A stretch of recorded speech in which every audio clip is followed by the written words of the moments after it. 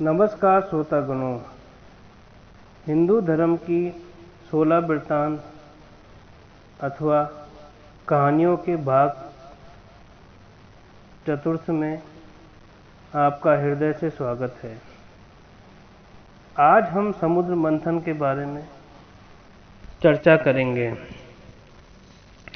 समुद्र मंथन एक अत्यंत महत्वपूर्ण पौराणिक घटना है जिसमें अमृत की प्राप्ति के लिए देवताओं और दैत्यों ने समुद्र का मंथन किया था। यह कहानी शुरू होती है महर्षि दुर्वासा के श्राप से जो उन्होंने देवराज इंद्र को दिया था। महर्षि दुर्वासा भगवान शिव के ही अंशावतार थे और अपने क्रोध के लिए प्रसिद्ध थे। पर यह बात और थी कि उनके क्रोध में भी कल्याण छिपा रहता था। समुद्र मंथन का कारण। एक बार दुर्वासा मुनि पृथ्वी पर विचरण कर रहे थे। घूमते घूमते उन्होंने एक विद्याधरी के हाथों में संतानक पुष्पों की एक दिव्य माला देखी। उस दिव्य माला की सुगंध से वह वन सुवासित हो रहा था। तब उन्मत्त वृत्ति वाले दुर्वासा जी ने वह सुंदर माला देखकर उसे उस विद्याधरी सुंदरी से मांगा। उनके मांगने पर उस विद्याधरी ने उन्हें आदर पूर्वक प्रणाम करके वह माला दे दी। दुर्वासा मुनि ने उस माला को अपने मस्तक पर डाल लिया और पृथ्वी पर विचरण करने लगे। इसी समय उन्होंने ऐरावत पर विराजमान देवराज इंद्र को देवताओं के साथ आते देखा। उन्हें देखकर दुर्वासा मुनि ने मतवाले भौरों से गुंजायमान वह माला अपने सिर पर से उतारकर देवराज इंद्र के ऊपर फेंक दी। देवराज ने उन्हें लेकर ऐरावत के मस्तक पर डाल दी। उस समय वह माला ऐसे सुशोभित हुई जैसे कैलाश पर्वत के शिखर पर श्री गंगा जी विराजमान हो। उस मदोमस्त हाथी ने भी अपनी सूंड से उसकी गंध से आकर्षित होकर उसे अपनी सूंड से भूमि पर फेंक दिया। यह देखकर दुर्वासा मुनि अत्यंत क्रोधित हुए और देवराज इंद्र से बोले। दुर्वासा जी ने कहा, अरे ऐश्वर्य के मद में दूषित चित इंद्र, तू बड़ा ढीठ है। तूने मेरी दी हुई इतनी सुंदर माला का कुछ भी आदर नहीं किया, इसलिए तेरा त्रिलोकी का वैभव नष्ट हो जाएगा। इंद्र, निश्चित ही तू मुझे और मुनियों के समान ही समझता है, इसलिए तूने हमारा इस प्रकार अपमान किया है। मेरी दी हुई माला को पृथ्वी पर फेंका है, इसलिए तेरा यह त्रिभुवन भी शीघ्र ही श्रीहीन हो जाएगा। यह सुनकर इंद्र ने तुरंत ऐरावत हाथी से उतरकर निष्पाप दुर्वासा जी को अनुनय विनय करके प्रसन्न किया। तब इंद्र द्वारा प्रणाम आदि करने से प्रसन्न होकर दुर्वासा जी ने कहा, इंद्र, मैं कृपालु चित्त नहीं हूँ। मेरे अंतःकरण में क्षमा का स्थान नहीं है।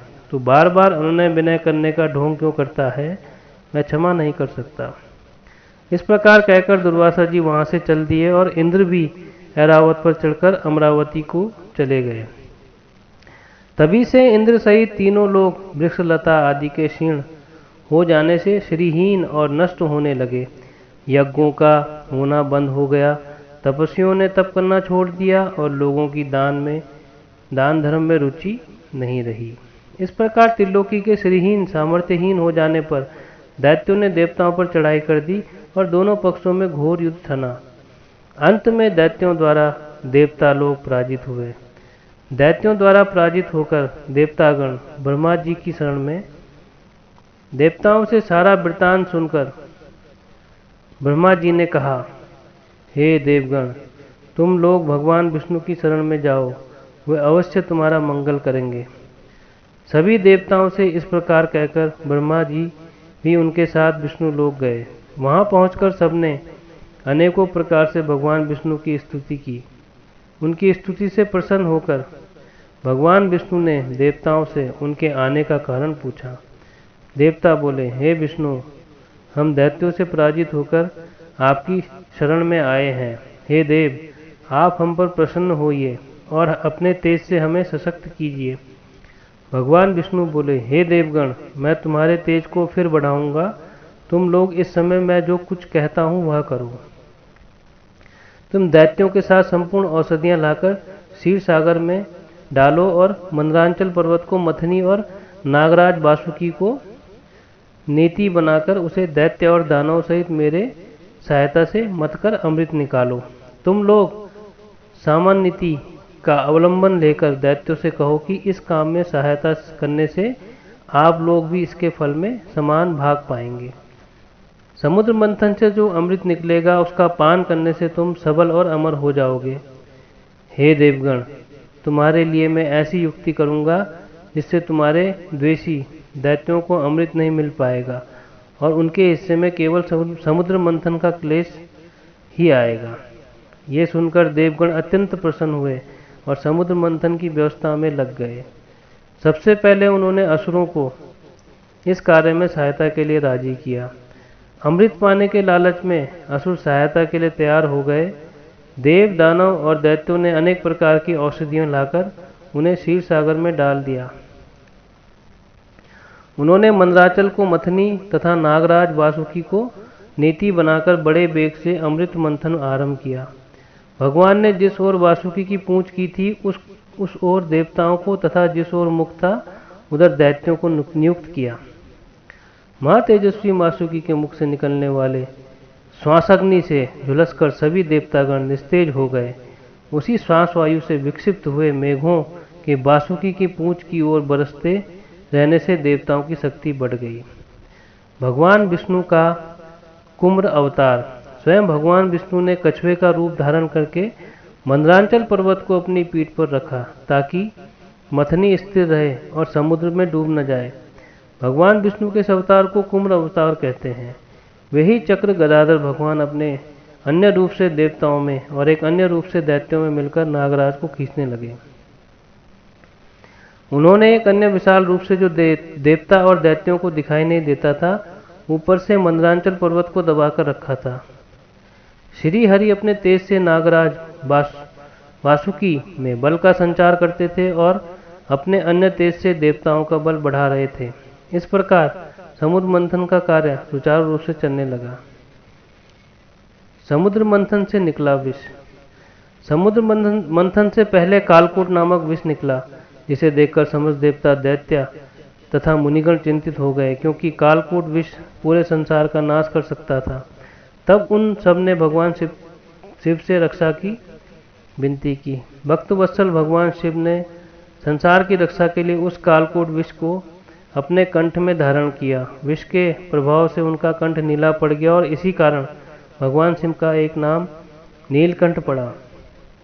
कहते हैं कि भगवान शिव द्वारा विष का पान करते समय उनकी कुछ बूंद छलककर भूमि पर गिर पड़ी, जिसे सर्प, बिच्छू और अन्य विषैले जीवों ने ग्रहण कर लिया। समुद्र मंथन से निकले 14 रत्न। समुद्र मंथन से कुल 14 रत्न निकले, जिन्हें देवता और दानवों ने आपस में बांट लिया। ये 14 रत्न निम्नलिखित प्रकार हैं। नंबर 1, समुद्र मंथन में सबसे पहले कालकूट विष निकला, जिसकी ज्वाला अत्यंत तीव्र थी। तब सृष्टि के रक्षा के लिए भगवान शिव ने हलाहल को अपने कंठ में धारण किया। नंबर 2, कामधेनु गाय। गौ माता को कामधेनु भी कहा जाता है। कामधेनु यज्ञ में सहायक थी, इसीलिए इसे ऋषियों को दे दिया गया। नंबर 3, उच्चैश्रवा। समुद्र मंथन से उच्चैश्रवा नामक घोड़ा निकला, जो मन की गति से चलता था। इसे दैत्यों के राजा बलि ने रख लिया। नंबर 4, ऐरावत हाथी। ऐरावत हाथी इंद्र का वाहन है। यह सफेद रंग का और अत्यंत सुंदर था। नंबर 5, कल्प वृक्ष। यह स्वर्ग का वृक्ष है, जो सभी इच्छाओं को पूरा करने वाला था। नंबर 6, माता लक्ष्मी। समस्त प्रकार के सुख, समृद्धि और सौभाग्य देने वाली माता लक्ष्मी का प्रादुर्भाव भी समुद्र मंथन से ही हुआ था। उन्होंने भगवान विष्णु का वर्णन किया। नंबर 7, चंद्रमा। चंद्रमा को जल का कारक ग्रह माना गया है। चंद्रमा की उत्पत्ति भी समुद्र मंथन से हुई है, जिसे भगवान शंकर ने अपने मस्तक पर धारण किया। शंख। नंबर 8, शंख। शंख को विजय का प्रतीक माना जाता है। हिंदू धर्म में शंख का महत्व बहुत है। नंबर 9, कौस्तुभ मणि। समुद्र मंथन से निकले इस दुर्लभ मणि को भगवान विष्णु ने धारण किया। नंबर 10, अप्सरा। समुद्र मंथन से अप्सराएं निकली जो अत्यंत सुंदर और मनभावन थी। रंभा देवलोक की प्रमुख अप्सराओं में से एक थी। नंबर 11, वारुणी। यह एक प्रकार की मदिरा थी जिसे दानव ने रख लिया। नंबर 12, पारिजात। पारिजात एक हर श्रृंगार को स्वर्ग का फूल भी कहते हैं। यह भी समुद्र मंथन से निकला था। भगवान शिव को इसके फूल अत्यंत प्रिय हैं। नंबर 13, भगवान धन्वंतरी। धन्वंतरी देवताओं के चिकित्सक थे और इन्हें आयुर्वेद का जनक भी कहा जाता है। नंबर 14, अमृत। धन्वंतरी देव अपने हाथों में अमृत लिए समुद्र से प्रकट हुए। अमृत तो प्रदान करने के साथ साथ अमृत में सभी प्रकार के रोग और शोक का नाश करने की क्षमता भी होती है। भगवान विष्णु का मोहिनी अवतार। अमृत के लोभ में ही असुर समुद्र मंथन के लिए तैयार हुए थे। जब समुद्र से अमृत लिए धन्वंतरी निकले तो असुरों के धैर्य की सीमा टूट गई और वे धन्वंतरी से अमृत छीनने की कोशिश करने लगे।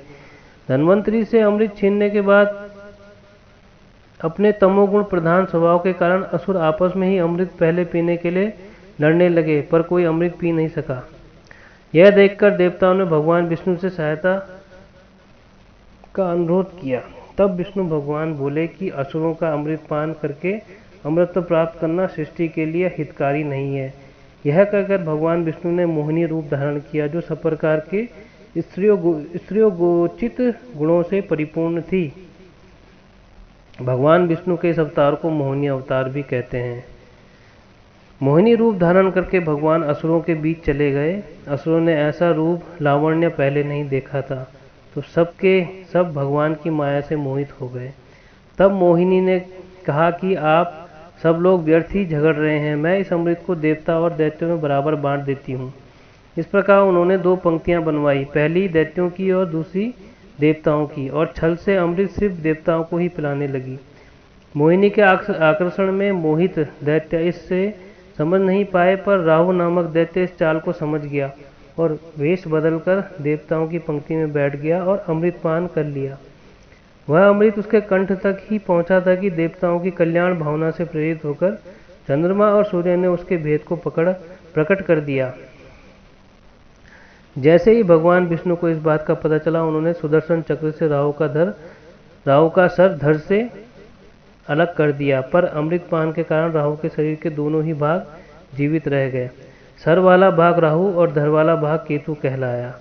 ये दोनों छाया ग्रह हैं। ज्योतिष में इनका बहुत महत्व है और ये दोनों ग्रह अन्य 9 ग्रहों पर विशेष प्रभाव डालते हैं। तभी से राहु के उस मुख ने चंद्रमा और सूर्य के साथ अटूट वैर निश्चित कर लिया, जो आज भी उन्हें पीड़ा पहुंचाता है।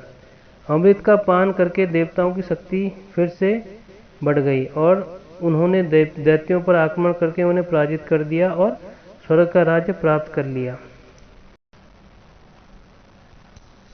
तो श्रोतागणों, यह थी हमारी हिंदू आध्यात्मिक वृत्तांत। जल्द ही भाग 5 सुनने का अवसर प्राप्त होगा। तब तक के लिए आज्ञा चाहता हूँ। जय महाकाल, जय माँ भारती।